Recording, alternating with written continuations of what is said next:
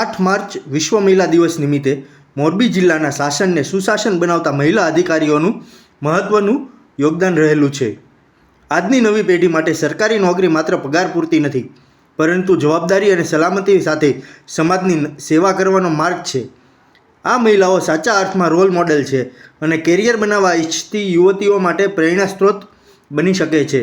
રાજ્યના વહીવટીતંત્રમાં મહિલાઓનું યોગદાન નવી દિશા આપતું મહત્વપૂર્ણ સ્થાન ધરાવે છે। આ લખાણ માત્ર વ્યક્તિગત વિચાર નથી, પરંતુ મહિલાઓના સશક્તિકરણ અને મહિલા દિવસની ભાવનાનો ઋણ સ્વીકાર આપે છે। અહીં જિલ્લા ચૂંટણી અધિકારી, આરોગ્ય, શિક્ષણ, મહિલા અને બાલ વિકાસ, રોજગાર, વન સહિતના વિભાગોના મહિલા અધિકારીઓ આપે છે નારીઓને પ્રેરણાદાયક સંદેશ। મારું નામ તૃપ્તિ જોશી, મોરબી ચેર રેન્જ ખાતે રેન્જ ફોરેસ્ટ ઓફિસર તરીકે ફરજ બજાવું છું। હું સાસણગીર પાસેનું માળિયાહાટીના તાલુકાનો એક ગામડું છે આંબલગઢ ગીર। હું ગીરમાંથી ઉછરેલી એક અને ગામડાની અંદર રહી અને એક ફાર્મરની દીકરી છું।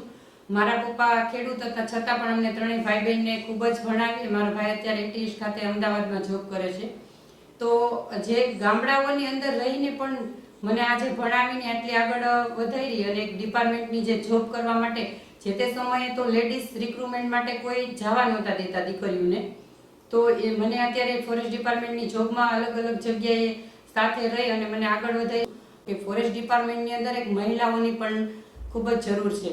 કોઈ ગુનાઓ, વન્ય પ્રાણીની અંદર સંરક્ષણની કામગીરી માટે, ફોરેસ્ટને પ્રોટેક્શન માટેની। ત્યારે 2007માં હું એક ફોરેસ્ટ ગાર્ડ તરીકે જોઈન્ટ કરેલું મેં 6 મહિના તાલીમ લઈ અને ત્યારબાદ ફોરેસ્ટરની પણ ફર્સ્ટ બેન્ચ રિક્રુટમેન્ટ 2008માં આવેલી, તો તેમની અંદર મેં એપ્લાય કર્યું અને તેમાં હું સિલેક્ટ થઈ। 2008થી અત્યારે હું ફોરેસ્ટર તરીકે ફરજ બજાવતી હતી। ત્યારબાદ મને મોરબી ચેર રેન્જ ખાતે રેન્જ ફોરેસ્ટ ઓફિસર તરીકેનું પ્રમોશન મળ્યું। મેં સાસણગીર, જુનાગઢ જિલ્લાની અંદર તેમજ રાજકોટ જિલ્લામાં અને મોરબી જિલ્લામાં અલગ અલગ જગ્યાએ મારી સેવાની ફરજ બજાવેલી છે। અને ફોરેસ્ટમાં ચેલેન્જવાળી જોબ છે મહિલાઓ માટે। તો ચેલેન્જ તો કે શું, તો કે ભાઈ મહિલાઓ ફોરેસ્ટમાં પહેલાં જતા નહોતા કે ભાઈ લેડીઝને બહાર નહીં કાઢવાના। તો મારે અત્યારે હાલમાં મહિલાઓને એ જ કહેવાનું કે મહિલા દિવસ નિમિત્તે તો ફોરેસ્ટની અંદર જે મહિલાઓ ચેલેન્જવાળી જોબ, જેવું કે ઓપરેશન સિંદૂર, તો મહિલાઓ રસોડા પૂરતી જ સીમિત નથી, બધી જગ્યાએ જોબ કરી શકે છે। હું રશ્મિ રાજાવાડા, નાયબ જિલ્લા ચૂંટણી અધિકારી, મોરબી ખાતે ફરજ બજાવું છું। વિશ્વ મહિલા દિવસ નિમિત્તે હું મહિલાઓને એક સંદેશ આપવા માંગુ છું કે મહિલાઓ ધારે તે કરી શકે છે। મહિલાઓ કોઈથી ઊણી નહીં ઉતરે ક્યારેય પણ, જે પણ મનમાં જે ધારી લેશે તે કામ કરશે।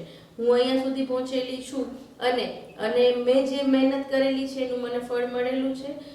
સૌથી પહેલાં મેં પરીક્ષાની જ્યારે તૈયારી શરૂ કરી હતી ત્યારે એવું ક્યારેય નહોતું વિચાર્યું કે હું અહીંયા સુધી પહોંચી શકીશ, પણ જેમ જેમ તૈયારી આગળ કરતી ગઈ મને આગળના રસ્તાઓ મળતા ગયા કે મારે શું કરવાનું છે હવે।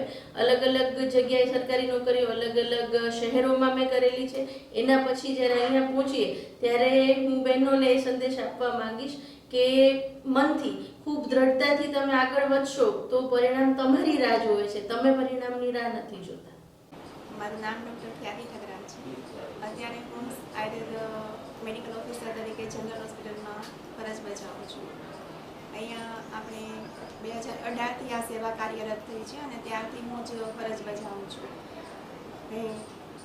પ્રાચીન ચિકિત્સા પદ્ધતિ જે છે આયુર્વેદ ચિકિત્સા પદ્ધતિ, એના થકી લોકોની સારવાર કરું છું।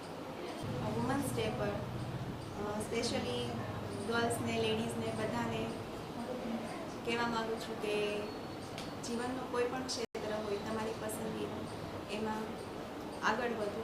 અને મહિલાઓને ખાસ કહેવાનું છે કે તે મહિલા છે એ ઘરનો સ્તંભ છે। જો મહિલાને કંઈ તકલીફ થશે તો ઘરના બધા મેમ્બર્સ છે એમને તકલીફ થશે, એમનું કામ રેગ્યુલર નહીં થઈ શકે। તો સ્ત્રીઓએ વિશેષ પોતાની જાતનું, પોતાના શરીરનું, પોતાના સ્વાસ્થ્યનું ધ્યાન રાખવું જોઈએ અને એ માટે આયુર્વેદનો મહત્તમ ઉપયોગ કરે, કારણ કે આયુર્વેદમાં છે બીમારીઓનો મૂળ શોધી અને પછી મૂળમાંથી મૂળગામી ઉપચાર કરવામાં આવે છે। તો હું સ્ત્રીઓને પણ કહીશ કે આ દવાખાનાનો લાભ લે અને અહીંયા સારવાર માટે ચોક્કસ આવે। હું જિલ્લા મહિલા અને બાળ અધિકારી જલ્પા ત્રિવેદી છેલ્લા 10 વર્ષથી મારી ફરજ બજાવું છું। હું રાજ્ય સરકાર દ્વારા મહિલાલક્ષી યોજનાઓનો જરૂર જરૂરિયાતમંદ બહેનોને લાભ મળી રહે એ માટે કામગીરી કરું છું. આજે વિશ્વ મહિલા દિવસ નિમિત્તે હું દરેક મહિલાને જ સંદેશ આપવા માંગીશ કે આપણી દીકરીઓ બહેનોને વધુમાં વધુ ભણવું જોઈએ અને આર્થિક રીતે પગભર થવું જોઈએ. દરેક મહિલામાં આ શક્તિ છુપાયેલી છે કંઈ ને કંઈ, તો દરેક બેન જે ધારે એ કરી શકે. એટલે એ જે પણ વસ્તુમાં પોતે રસ ધરાવતી હોય એમાં એમને આગળ વધવું જોઈએ અને આર્થિક રીતે ખાસ આજના જમાના પ્રમાણે પગભર થવું જોઈએ. આજે હું વિશ્વ મહિલા દિવસ નિમિત્તે મોરબીની બહેનોને સંદેશો પાઠવું છું કે વધુમાં વધુ આગળ વધે, આર્થિક પગભર થાય અને પોતાની દીકરીઓને ભણાવે. મારું નામ મનીષા સવન્યા. હું જિલ્લા રોજગાર અધિકારી મોરબી તરીકે ફરજ બજાવું છું. તેમજ મારી પાસે કચ્છ જિલ્લા રોજગાર અધિકારી તરીકેનો ચાર્જ છે, તેમજ યુનિવર્સિટી એમ્પ્લોયમેન્ટ બ્યુરો કચ્છ યુનિવર્સિટીનો ચાર્જ છે. અમારી ઓફિસમાં અમે મુખ્યત્વે જે રોજગારવાંછુ વિદ્યાર્થીઓ હોય એની રોજગાર આપવાની અને એની નામ નોંધણીની કામગીરી કરતા હોય છે.